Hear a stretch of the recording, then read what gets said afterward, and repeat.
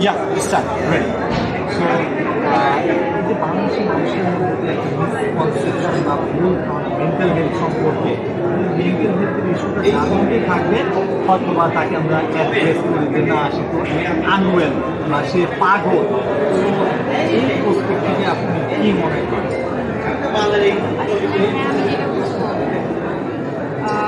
মানুষ আসলে তার যদি সাইকোলজিক্যাল কোনো ইস্যু থাকে যে না সে সত্যি তার ব্রেনে কোনো সমস্যা হয়েছে, ব্রেনের সমস্যা হলে কিন্তু মানুষের মানসিক যে অবস্থাটা সেটা হচ্ছে আলাদা ইস্যু।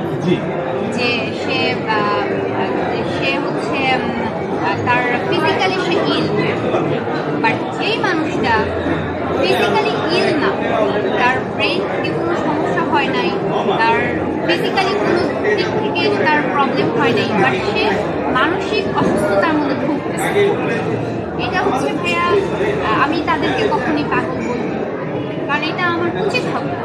একটা সুস্থ মানুষ তখনই মানসিক অবসাদগ্রস্ত হয় যখন তার ভিতরে সে এমন কোনো আবেগ বা তার কোনো ফিলিংস বা তার কোনো চাওয়া পাওয়া যেটা সে মানে করতে চাচ্ছে বা করতে জীবনে সে সেটা করতে পারে নাই, বা সে সেটার অভাবে একটা সময় এমন একটা মাসে বা সে কোনো ইনসাল্টিংয়ে বা সে কোনো অ্যাবিউজের মাধ্যমে সে এমন একটা পর্যায়ে গেছে যেটা তাকে ডিপ্রেস এবং সে এমন ট্রমাটাইজ হয়েছে তখন গিয়ে সে স্বাভাবিক কাজকর্ম করতে পারতেছে না, তার হ্যান্ড ওয়ার্ক করতেছে না, কারণ সে জোর পাচ্ছে না। আমি জানি না ভাইয়া ডাক্তারি ভাষায় এটাকে কী বলে, কারণ আমি তো ডাক্তার না, আমার নিজের পার্সোনাল যে অপিনিয়ন।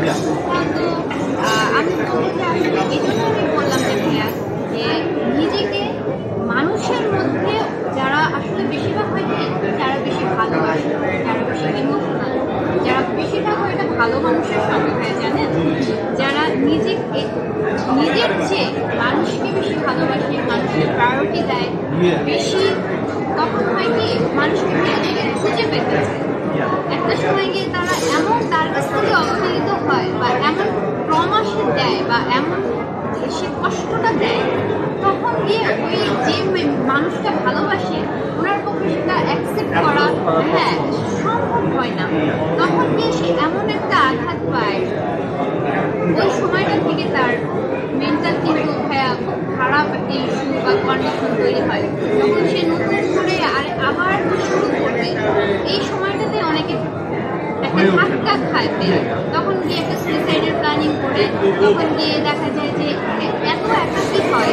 একাকিত্ব সুন্দর, একাকিত্ব অনেক সুন্দর, কিন্তু যেটা আমি ফার্স্টে বললাম সেটাকে এনজয় করতে হবে, নিজেকে ফিটের মাধ্যমে হোক, যে কোনো মাধ্যমে হোক, সেটা হ্যাপিনেসটা নিজেকে আনন্দ নিজেকে দিতে হবে। সেটা ফ্রেশ এয়ারের মাধ্যমে হোক, যে কোনো মাধ্যমে হোক, একটা কফির সঙ্গে হোক, একটা পেটের সঙ্গে হোক, সেটা নিজেকে দিতে হবে। তো আমি মনে করি যে মানুষের আসলে কি বলবো, এখনকার সময় মানুষের এই স্বাস্থ্যটার দিকে জোর দেওয়াটা খুব জরুরি। মানুষ আসলে আমাদের ওয়ার্ল্ড ওয়াইড যে একটা আমাদের অবস্থা এখন সিচুয়েশন তৈরি হয়েছে, সব কিছুর সাথে কিন্তু আমরা যান্ত্রিক একটা মেশিনারি একটা আমাদের অবস্থাতে তৈরি হয়ে, তো আমাদের মানুষের সঙ্গে মেশার প্রবণতাটা কম হয়ে গেছে।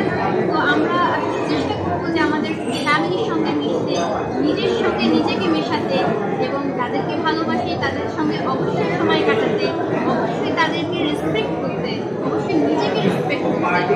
তো আমি মনে করি যে এখনকার যে সিচুয়েশন সময়টা সবার নিজের স্বাস্থ্যের উপর চলতে হবে, নিজেকে ভালো রাখতে হবে। My last question is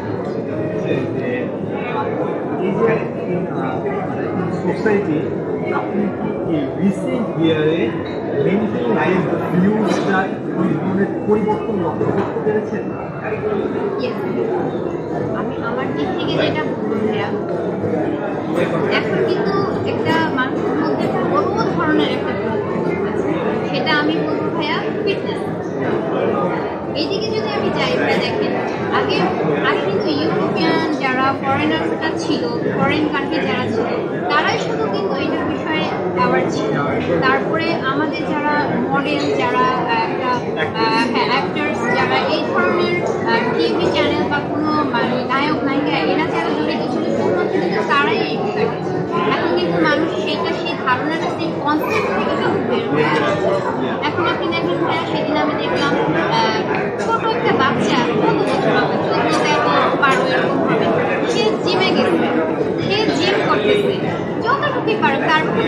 wait lift করা সম্ভব, সে ট্রেনারের সঙ্গে এনজয় করতেছে, এই ধারণাটা কোথায় থেকে আসলো?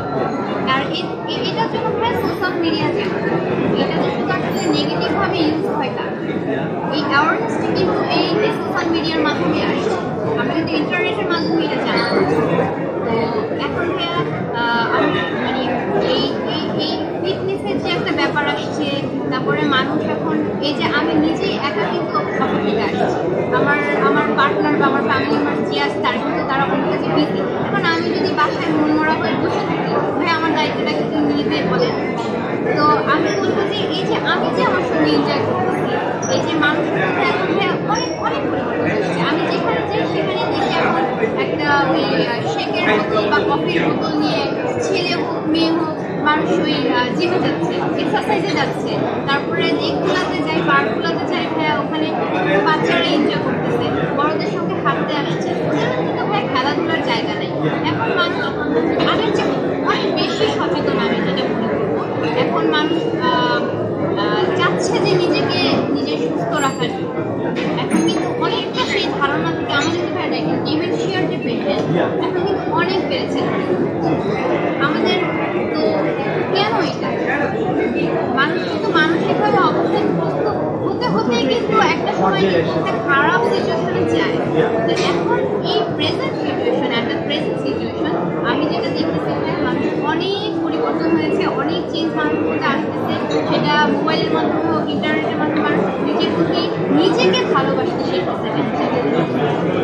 কেন যেন নিজের ফুডের প্রতি দেখা যায় যে একটা সময় অনেক অয়েলি খাইতো, এখন অনেক ফুডটা খুব চিন্তা ভাবনা করে কিন্তু খাচ্ছে, ইভেন আমি নিজেও খাচ্ছি, আমি অনেক আমার সুগারের ক্রেভিং সুগারের।